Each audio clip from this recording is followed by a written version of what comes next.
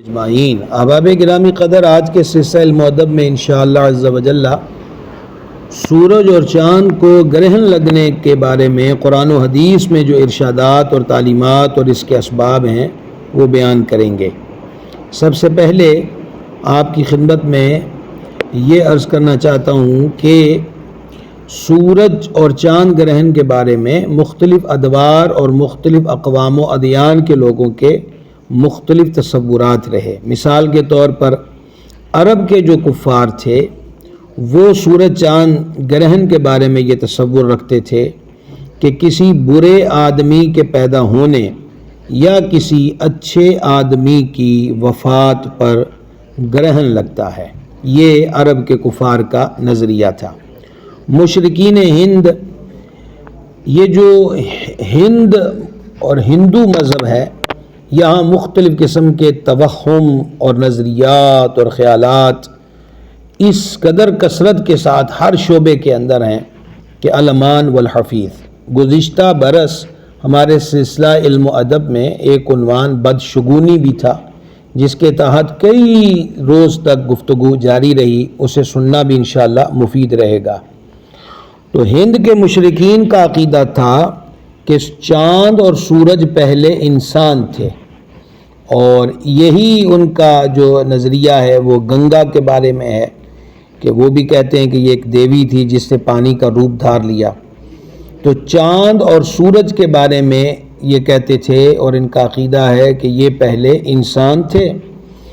اور ان انسانوں نے یعنی چاند اور سورج نے بھنگیوں چماروں سے کچھ قرض لیا اور قرض لے کر ادا نہیں کیا، تو اس سزا میں ان کو گرہن لگتا ہے۔ یعنی چاند اور سورج جو ہیں وہ مقروض ہیں بھنگیوں چماروں کے، تو وہ قرض ادا نہیں کیا تو اس کی سزا میں چاند اور سورج کو گرہن لگتا ہے۔ چنانچہ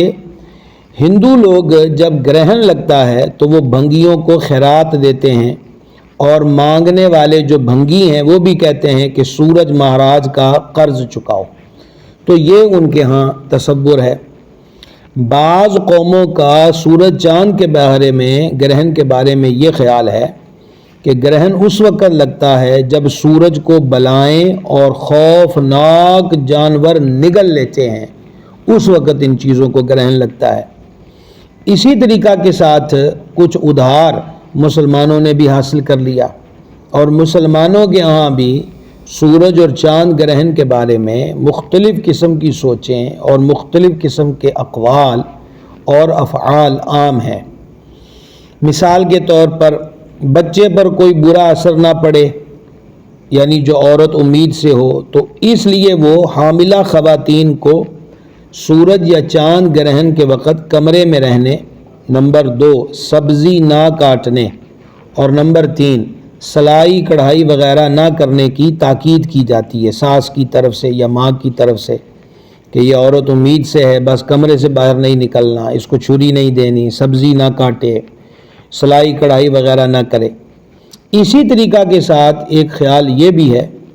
کہ گرہن کے وقت حاملہ گائے بھینس وغیرہ کے گلے سے رسی یا زنجیر کھول دینی چاہیے تاکہ ان پر برا اثر نہ پڑے۔ پھر ان جانوروں کے بارے میں مختلف علاقوں میں اور سوچے بھی ہیں۔ ایک تو یہی ہے کہ ان کی رسیاں کھول دی جائیں، ہمارے پنجابی میں کہتے ہیں قلے سے نہ باندھا جائے، جو کھونٹی وغیرہ سے باندھا جاتا ہے۔ پھر یہ ہوتا ہے کہ بعض یہ کہتے ہیں کہ جو عورت حمل سے ہے وہ عورت چلتی پھرتی رہے، بیٹھے نہ۔ جانوروں کے بارے میں گائے ہے یا بھینس ہے یا بکری ہے تو بعض کہتے ہیں کہ ان کو کھڑا رکھا جائے، بعض کہتے ہیں ان کو بٹھایا جائے۔ تو یہ ساری کی ساری بیکار عبث باتیں ہیں۔ سورج اور چاند گرہن کے بارے میں اللہ تبارک و تعالیٰ نے کیا ارشاد فرمایا، وہی اصل حقیقت ہے، اول بھی وہی سچ ہے اور آخر بھی وہی سچ ہے۔ 15واں پارہ سورہ بنی اسرائیل، اس کی آیت نمبر 59، اللہ تبارک و تعالیٰ ارشاد فرماتا ہے وَمَا نُرْسِلُ بِالْآيَاتِ إِلَّا تَخْوِيفًا، اور ہم ایسی نشانیاں نہیں بھیجتے مگر ڈرانے کو۔ تو تو اللہ تبارک و تعالی نے یہ جو فرمایا ہے کہ یہ جو نشانیاں ہیں، پہلی چیز تو یہ ہوئی کہ سورج اور چاند کو گرہن لگنا یہ اللہ تبارک و تعالی کی نشانیاں ہیں، اور اللہ تبارک و تعالی یہ نشانیاں کیوں بھیجتا ہے؟ وہ فرما دیا الا تخویفا، صرف اپنے بندوں کو ڈرانے کے لیے۔ ایسا ہی مضمون صحیح بخاری شریف کے اندر تفصیل کے ساتھ انشاءاللہ عز و جل احادیث مبارکہ آپ کے سامنے رکھیں گے۔ یہ بخاری شریف میں کتاب الکسوف کے اندر جو حدیث شریف ہے، اس میں نبی مکرم شفیع اعظم صلی اللہ تعالی علیہ وآلہ وسلم کا فرمان ہے، ان الشمس والقمر لا ينکسفان لموت احد، فرمایا سورج یا چاند کو گرہن کسی کی موت کی وجہ سے نہیں لگتا۔ فَإِذَا رَأَيْتُمُوهَا، جب تم دیکھو، یعنی سورج کو گرہن لگا ہے یا چاند کو گرہن لگا ہے، فَصَلُّوا، تو نماز پڑھو، وَادْعُوا، اور اللہ رب العزت کے حضور دعا کرو، حَتَّى يُكْشَفَ مَا بِكُمْ، فرمایا یہاں تک کہ وہ منکشف ہو جائے، یعنی جو اس کے اوپر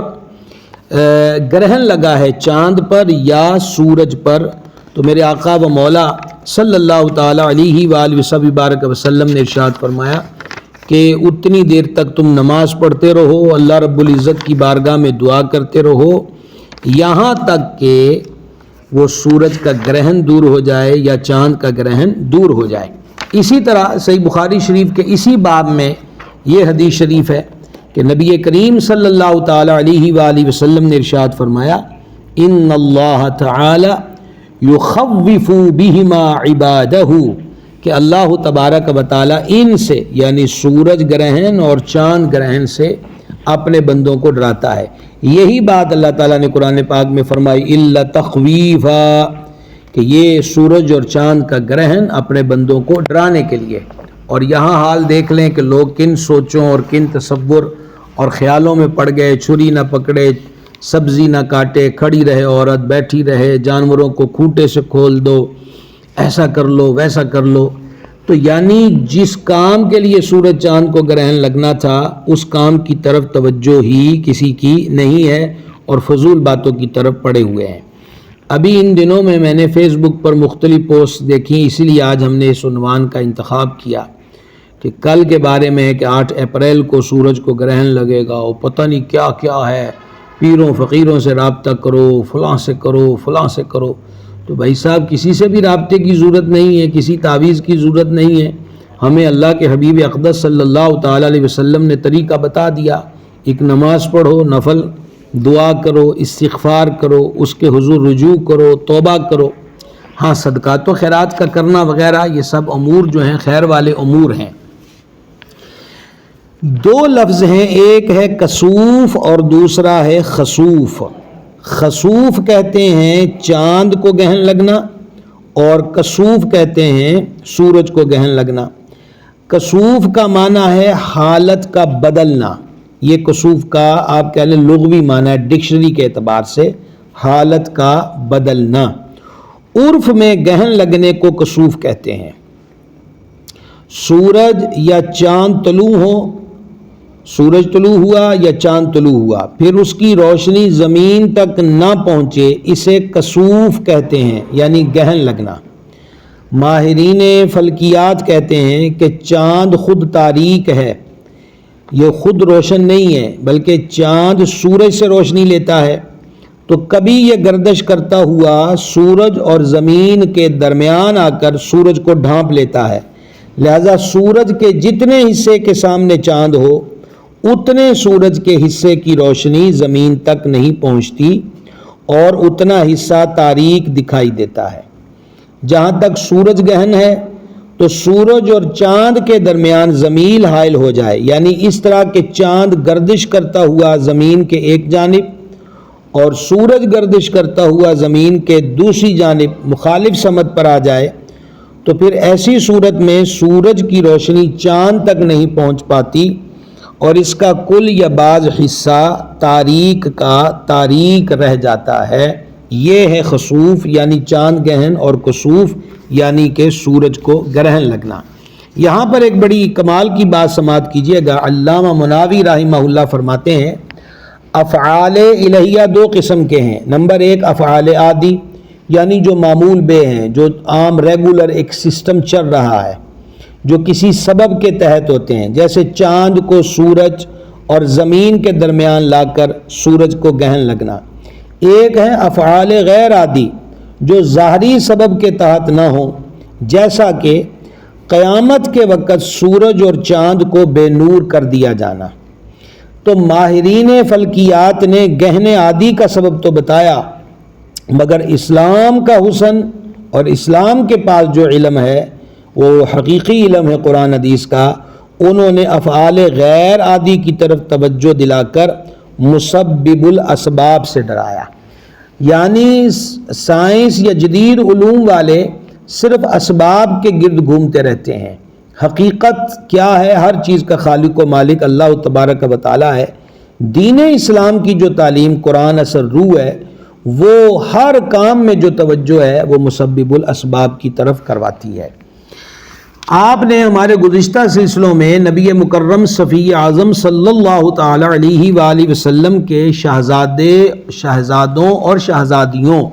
کے مبارک تذکرے سماعت فرمائے. انہی میں ہمارے آقا و مولا صلی اللہ تعالی علیہ وآلہ وصحبہ بارک وسلم کے لخت جگر حضرت سرکار سیدنا ابراہیم رضی اللہ تعالیٰ عنہ کے وصال کی بات ہوئی تھی.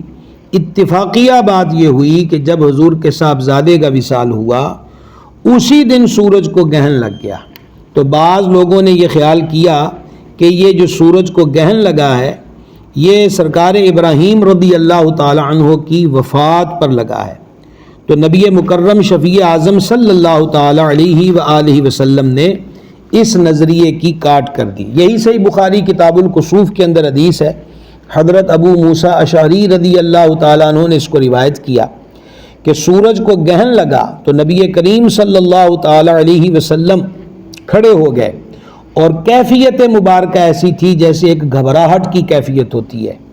اور نبی کریم علیہ الصلاۃ والتسلیم مسجد میں تشریف لائے اور بہت لمبا قیام اور بہت لمبے رکوع اور بہت لمبے سجدوں سے نماز پڑھی. یعنی قیام بھی طویل فرمایا، رکوع بھی طویل فرمایا اور سجدے بھی طویل فرمائے معمول سے زیادہ. اور راوی حدیث حضرت ابو موسیٰ اشعری رضی اللہ تعالیٰ عنہ فرماتے ہیں کہ میں نے کبھی حضور علیہ الصلوۃ والتسلیم کو اتنے لمبے رکوع اور سجدے کرتے نہیں دیکھا تھا جتنے اس دن کرتے ہوئے دیکھا. جب آقا علیہ الصلوۃ والتسلیم نماز سے فارغ ہوئے تو ارشاد فرمایا، یہ نشانیاں اللہ تعالیٰ بھیجتا ہے، کسی کی موت یا پیدائش کی وجہ سے ایسا نہیں ہوتا، بلکہ اللہ تبارک و تعالی اپنے بندوں کو ڈراتا ہے جب ان میں سے کچھ دیکھو، یعنی سورج کو گرہن لگا ہے یا چاند کو، جب دیکھو تو اللہ تعالیٰ کے ذکر اور دعا اور استغفار یعنی گناہوں کی معافی مانگنے کی طرف بڑھو. دیکھیے یہاں ہمیں کتنی چیزیں بتائی گئیں. نمبر ایک اللہ تبارک و تعالیٰ کا ذکر. اب ہوتا یہ ہے کہ سورج چاند کو گرہن لگے تو موبائل زندہ باد، تو لوگ کوشش کرتے ہیں کہ جتنی سے جتنی پکچرز بن سکیں بنا کے اس کو چلایا جائے، اپنی فیس بک پہ ڈالا جائے اور کہا جائے کہ یہ دیکھیں یہ ہو گیا اور یہ دیکھیں وہ ہو گیا. یعنی ایک تماشا سا بنا ہوا ہے، جبکہ اللہ اور تبارک و تعالیٰ بندوں کو ڈرا رہا ہے کہ وہ اس سے ڈریں کہ یہ رب تعالیٰ کی نشانی ہے. زلزلہ بھی اسی لیے آتا ہے کہ اس سے بھی بندے کو ڈرایا جاتا ہے. جب زمین پر گناہوں کی کثرت ہوتی ہے، نافرمانیاں عروج پر ہوتی ہیں،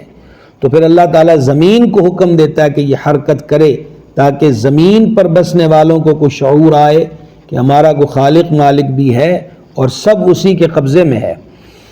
تو یہاں وہ تصاویر اور ویڈیوز کے بارے میں یا پھر یہ سنسنی خیز باتیں پھیلانے کے اندر لوگ مصروف ہو جاتے ہیں، جبکہ جانے عالم علیہ السلام نے ہمیں تعلیم دی ہے کہ جب سورج یا چاند کو گرہن دیکھو تو اللہ تعالیٰ کا ذکر کرو، کلمہ شریف پڑھا جائے، تسبیحات پڑھی جائیں. دوسرا ہے دعا مانگو، اللہ تعالیٰ سے اپنے گناہوں کی معافی کا سوال کیا جائے، اللہ تعالیٰ سے اس کی رحمت کا سوال کیا جائے، رب تعالیٰ سے عافیت مانگی جائے. اور تیسری چیز ہے استغفار، یعنی گناہوں کی معافی کا سوال کیا جائے. ہمیں اصل میں اللہ تبارک و تعالیٰ نے اور اس کے پیارے حبیب صلی اللہ تعالی علیہ وآلہ وسلم نے یہ تعلیمات ارشاد فرمائی ہیں۔ اب یہ جو حدیث پاک میں ذکر ہوا کہ جب سورج چاند کو گرہن لگے تو تم نماز پڑھو، اب یہاں پر ایک دو مسئلے سماعت فرما لیجئے گا کہ سورج گہن کی نماز سنت مؤکدہ ہے اور چاند گہن کی نماز مستحب ہے۔ جب سورج کو گہن لگے تو نماز سنت مؤکدہ ہے اور چاند کو گہن لگے تو پھر یہ نماز مستحب ہے۔ گہن کی نماز اس وقت پڑھیں جب آفتاب گہنا گیا ہو، یعنی جب سورج مکمل طور پر اس کو گہن لگ گیا ہو، گہن چھوٹنے کے بعد نہیں، یعنی جب گہن لگ گیا ہو تو اب نماز شروع کی جائے۔ یہ نہیں ہے کہ جب گہن ختم ہو جائے تو پھر یہ نفل پڑھے جائیں، اور گہن چھوٹنا شروع ہو گیا مگر ابھی کچھ گہن باقی ہے تو اس وقت بھی شروع کر سکتے ہیں۔ یہ جو سورج گہن کی نماز ہے یا چاند گرہن کی نماز ہے، یہ نماز اور نوافل کی طرح 2 رکعت پڑھیں، اس کی بھی 2 رکعتیں پڑھی جائیں گی، اور ہر رکعت میں 1 رکوع ہوگا اور 2 سجدے کریں۔ سورج گہن اور چاند گرہن کی جو نماز ہے اس میں اذان بھی نہیں ہے، اقامت بھی نہیں ہے، اور نہ اس کے اندر بلند آواز سے قراءت کی جائے گی۔ اور جب نماز پڑھیں تو نماز کے بعد دعا کریں، اور دعا میں، ذکر میں، استغفار میں اتنی دیر تک مشغول رہیں کہ آفتاب کھل جائے، یعنی کہ سورج سے جو گہن ہے وہ دور ہو جائے۔ اور 2 رکعت سے زیادہ بھی پڑھ سکتے ہیں، خواہ 2 رکعت پر سلام پھیریں یا 4 رکعتیں ادا کر کے اس کے بعد سلام پھیرا جائے۔ اور اس کے اندر یہی گزارش ہے کہ ایک تو سنسنیاں نہ پھیلائی جائیں کہ مختلف قسم کی جو باتیں کی جاتی ہیں، ایسا ہو جائے گا، ویسا ہو جائے گا، یہ ہو جائے گا، وہ ہو جائے گا، تو جو ہونا ہے وہ آپ کے سامنے بیان کر دیا گیا۔ گہن کی نماز کے اندر ایک عبرت بھی ہے، جیسا آپ نے بھی حدیث سنی نا بخاری شریف کی کہ سیدنا ابو موسیٰ اشعری رضی اللہ تعالیٰ عنہ فرماتے ہیں کہ ہم نے حضور جان عالم صلی اللہ تعالیٰ علیہ وسلم کی طبیعت اقدس میں گھبراہٹ کے آثار دیکھے، اور یہ حضور علیہ الصلوۃ والسلام کا فکر امت کے اعتبار سے یہ کیفیت پاک ہوتی تھی۔ احادیث میں یہ مضامین ہیں کہ جب تیز آندھی آتی تو جان عالم صلی اللہ تعالیٰ علیہ وآلہ وسلم آپ دائیں سے بائیں، بائیں سے دائیں جیسے چہل قدمی کی جاتی ہے تو حضور علیہ الصلوۃ والسلام اس طرح چہل قدمی فرماتے۔ تو آپ کی بارگاہ میں عرض کیا گیا تو جان عالم علیہ السلام نے سبب یہ بیان فرمایا کہ اس بات کا ڈر اور اندیشہ ہے کہ کہیں میری امت پر جس طرح پچھلی امتوں پر آندھیوں کی صورت میں عذاب ڈالے گئے، کہیں میری امت پر ایسا عذاب نہ آ رہا ہو۔ تو لہٰذا اس سے خوف کرنا چاہیے، اپنے گناہوں پہ ندامت و شرمندگی کا اظہار اور اللہ تعالیٰ سے معافی کا سوال کرنا چاہیے۔ بتایا یہ رہا تھا کہ سورج کو گہن لگنا یا چاند کو گہن لگنا اس میں ایک طرح کی عبرت ہے، کیونکہ جب قیامت قائم ہوگی تو اس وقت سورج اور چاند بے نور کر دیے جائیں گے۔ قرآن مجید میں اللہ تبارک و تعالیٰ نے 29واں پارہ ہے، ارشاد فرمایا وَخَسَفَ الْقَمَرُ وَجُمِعَ الشَّمْسُ وَالْقَمَرُ، اور چاند گہے گا۔ وَخَسَفَ الْقَمَرُ یعنی چاند کو گہن لگے گا، وَجُمِعَ الشَّمْسُ وَالْقَمَرُ اور سورج اور چاند ملا دیے جائیں گے۔ تو سورج اور چاند قیامت کو بے نور ہو جائیں گے، تو لہٰذا اس میں یہ ڈر اور خوف ہے کہ آج سورج بے نور ہو گیا، سورج پر گہن لگ گیا، تو دراصل اس کے اندر گھبراہٹ بندے کو ہونی چاہیے، ڈرنا چاہیے اللہ تعالیٰ کی جناب سے۔ بعض روایات میں ہے کہ جمعۃ المبارک کی جب صبح ہوتی ہے تو سورج نکلنے سے پہلے پہلے چرندے، پرندے، درندے، حتیٰ کہ جنات گھبرائے گھبرائے اور سہمے سہمے رہتے ہیں، لیکن جب سورج نکل آتا ہے اور اس وقت انہیں اطمینان ہوتا ہے۔ یہ گھبراہٹ اور یہ سہما سہمی کس لیے ہے؟ کیونکہ قیامت کی نشانیوں میں سے ہے کہ سورج اس روز یعنی روز قیامت مشرق سے نہیں نکلے گا بلکہ مغرب سے نکلے گا۔ تو یہ مخلوقات ڈرتی ہیں کہ آج جمعہ ہے، اور حدیث شریف میں ہے کہ قیامت جمعے کے دن آئے گی، تو لہٰذا یہ مخلوقات ڈرتی ہیں کہ آج جمعہ کا دن آ گیا ہے، تو کہیں ایسا نہ ہو کہ آج ہی قیامت کا دن ہو، لیکن جب سورج مشرق سے حسب معمول طلوع کرتا ہے تو پھر یہ مطمئن ہو جاتے ہیں کہ آج روز قیامت نہیں ہے۔ تو دیکھیں یہ چرند پرند اور درندے اور جنات ڈرتے ہیں، اور انسان کی ہے کیفیت کیا ہے، ایک مسلمان کی حالت و کیفیت کیا ہے۔ اس لیے ایک تو میں آپ حضرات کی خدمت میں عرض کروں گا کہ ہم نے بدشگونی کے اعتبار سے یہ بلی اور کتا راستہ کاٹ دے تو اس کے بارے میں وہم کرنا کہ اب سفر ٹھیک نہیں رہے گا، اچھا عورت کوئی آٹا پیڑا بنا رہی ہے اور پیڑا ہاتھ سے اچھل جائے تو اس کے بارے میں وہم کرنا، اچھا پھر یہ ہے کہ دودھ جو ہے وہ کچن کے اندر ابال رہے ہیں اور دودھ کا ابل آنا اور وہ اس برتن کے کناروں سے نیچے گر جانا، اس کے بارے میں وہم کرنا کہ بس کوئی آفت آ گئی، کوئی مصیبت آ جائے گی۔ اچھا اسی طرح منڈیروں پر، جسے ہم بنیرا کہتے ہیں، دیواریں گھروں کی،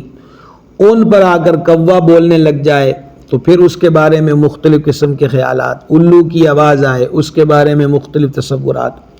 تو یہ جو ساری چیزیں عبث اور بیکار ہیں، ان چیزوں سے بدشگونی لینے کی کوئی ضرورت نہیں ہے۔ سیدھی سی بات یہ ہے کہ بندہ اللہ تعالیٰ سے ڈرتا رہے۔ ہاں جب ایسے مواقع ہوں تو اس پہ صدقات و خیرات کیا جائے۔ نبی مکرم شفیع اعظم صلی اللہ تعالیٰ علیہ وآلہ وسلم نے ارشاد فرمایا، مفہوم حدیث پیش کر رہا ہوں، کہ صبح صبح صدقہ دو، اگر آفت مصیبت تم پر آنے بھی لگی تو تم نے ادھر سے صدقہ دیا ہے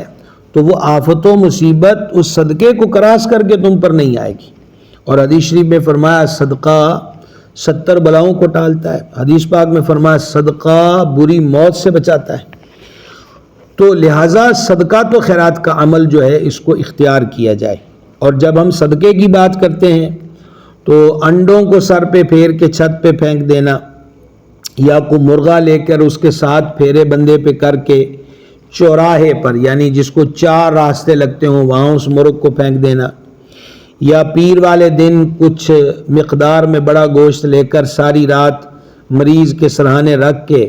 تو اس منگل کی صبح قبرستان میں پھینک آنا، یہ بھی سب بیکار باتیں ہیں، اپنے مال کو ضائع کرنے کی باتیں ہیں۔ صدقہ ہمارے دین میں مقرر اس لیے ہے کہ بھوکے کے کام آ جائے، پیاسے کے کام آ جائے، ننگے کے کام آ جائے، ضرورت مند کی ضرورت پوری ہو جائے۔ یہ قبرستانوں میں گوشت پھینکنے، انڈے چھتوں پر پھینکنے یا اسی طریقے کی دیگر حرکات و سکنات کس قدر بیکار باتیں، یعنی ایک تعویذات و عملیات گنڈے والے وہ آپ کو 3.5 کلو یا 2.5 کلو یا 1.25 کلو گوشت جو ہے وہ کہہ رہے ہیں کہ قبرستان میں پھینکاؤ، اور پڑوسی 1 کلو آٹے کے لیے ترس رہا ہو۔ تو ہمارے دین نے تو صدقہ رکھا ہی اس لیے کہ پڑوسی جو غریب ہیں ان کے کام آ جائے، جو اپنے اعزاء اقربا رشتہ دار ہیں ان کے کام آ جائے، نہ کہ اس قسم کی حرکات و سکنات۔ صدقے میں پانی کو حدیث شریف میں افضل صدقہ فرمایا گیا۔ اعلیٰ حضرت عظیم البرکت الشاہ امام محمد رضا قادری رحمۃ اللہ تعالیٰ علیہ نے فتاوی شریف کے اندر اس حدیث کو کوڈ کیا ہے کہ افضل ترین صدقہ پانی کا صدقہ ہے۔ گرم موسم آ رہا ہے تو بے شک چرندوں پرندوں کو پانی پلایا جائے، ان کے لیے انتظام کیا جائے۔ آپ دکاندار ہیں، گلی محلے والے ہیں تو مناسب مقامات پر ٹھنڈے پانی کا انتظام کریں بعد از رمضان، اور آنے جانے والے پئیں صاف ستھرا پانی، اس کے لیے صاف ستھرے برتنوں کا بھی رینج کریں تاکہ مسافر حضرات، آنے جانے والے لوگ بلا کراہت اس کو بیٹھ کر، مطلب یہ ہے کہ صاف ستھرے پانی کو پئیں، بڑا اعلیٰ کام ہے۔ امام حاکم نیشاپوری رحمۃ اللہ علیہ عظیم محدث ہوئے، ان کے وجود پر پھوڑے پھنسیاں اس قدر تھے کہ نہایت مہلک اور تکلیف دہ۔ تو ان کو معلوم ہوا کہ ایک بی بی صاحبہ ہیں جن کو نبی کریم علیہ السلام کی زیارت ہوتی ہے، تو انہوں نے وہاں درخواست بھیجی کہ زیارت ہو تو میری عرض کریں کہ میں تو سب دوا دارو کر چکا لیکن کوئی حل و علاج نہیں ہوا۔ تو ان بی بی صاحبہ کو جب اس روز سید عالم علیہ السلام کی زیارت ہوئی تو آپ نے فرما دیا اس کو کہنا کہ پانی کی کثرت کرے، لوگوں کو پانی پلائے۔ تو انہوں نے یہ عمل اختیار کیا تو چند دنوں میں مرض ٹھیک ہو گیا۔ تو لہذا سورج کو گرہن لگا، چاند کو گرہن لگا، زلزلہ آیا، اس قسم کے امور ہوئے، دعا، ذکر، نماز، استغفار اور اس کے ساتھ صدقات و خیرات، یہ معمولات اختیار کیا جائیں۔ اب تو یہ عید کے ایام ہیں، شاپنگ چل رہی ہے، پہلے بھی میں نے گزارش کی کہ یہ بہترین موقع ہے اپنے عزیز رشتہ داروں میں، اپنے آس پاس پڑوس میں جو غرباء ہیں، خصوصاً جو یتیم بچے ہیں، جو بیوہ عورتیں ہیں اور جن کا سہارا کوئی نہیں۔ جب ہم یتیم اور بیوہ کہتے ہیں تو بہت سارے یتیم ایسے ہوتے ہیں جن کے باپ دادا بہت کچھ چھوڑ کے گئے ہوتے ہیں اور وہ بہت مال و زر ہوتا ہے، لیکن بہت سارے بیوہ عورتیں ایسی بھی ہوتی جن کا سہارا کوئی نہیں ہوتا، یتیم بچے ایسے بھی ہوتے ہیں جن کو ایک وقت کا کھانا کوئی نہیں دیتا۔ تو لہٰذا ایسے افراد کا خیال کر کے ان کو اس عید کی خوشیوں میں شریک کیا جائے، ان کو کپڑا لدا دے دیا جائے۔ فطرانہ جو ہے وہ عید کا انتظار کرنا ضروری نہیں ہے، انہی دنوں میں حساب لگا کر فطرانہ نکال کر اپنے عزیز رشتہ داروں کو جو مستحق ہیں یا گلی میں جو رہنے والے پڑوسی مستحق ہیں ان تک پہنچائیں، تاکہ وہ بھی عید کے دن کچھ کھانا پکانا ہے تو وہ پہلے سے اس کا انتظام اہتمام کر سکیں۔ تو پوسٹوں والوں سے گزارش ہے کہ وہ بلا تحقیق، ہم اس پر پہلے 2 سلسلوں میں گفتگو کر چکے ہیں کہ بلا تحقیق ایسی باتوں کو عام نہ کیا کریں کہ جو باتیں حق پر مبنی نہیں ہوتی۔ جھوٹ کو پھیلانا ثواب کا کام نہیں ہوتا۔ حدیث پاک میں فرمایا آدمی کے جھوٹے ہونے کے لیے یہی کافی ہے کہ ہر سنی سنائی بات کو وہ آگے کر دے۔ تو آج کی گفتگو امید کرتا ہوں کہ سب حضرات یاد رکھیں گے، اسے شیئر بھی کر دیجئے، زیادہ سے زیادہ لوگوں تک پیغام پہنچ جائے۔ ہم نے قرآن حدیث کی روشنی میں آپ کے سامنے رکھ دیا کہ سورج اور چاند کو گرہن لگنا یہ بندوں کو ڈرانا ہے، تاکہ بندے اپنے مولا، اپنے مالک جل مجدہ الکریم کی طرف رجوع کریں، استغفار کریں، توبہ کریں، نماز پڑھیں، ذکر اذکار کریں۔ کل کے دن کو اگر مجھے تو نہیں پتہ حقیقتاً لگنا ہے کہ نہیں، یہی سوشل میڈیا کی خبریں، تو کبھی بھی چاند گرہن، سورج گرہن لگتا ہے تو پھر یہ تصویر بازی کی بجائے اللہ کے حضور گڑ گڑا کے دعائیں مانگی جائیں، خیر کا سوال کیا جائے، رحمت کی گزارشات کی جائیں۔ اللہ تبارک و تعالیٰ اپنے حبیب اقدس صلی اللہ تعالی وسلم کے صدقے ہم سب کو اپنی پناہ میں رکھے، عافیت عطا فرمائے اور خیر سلامتی کا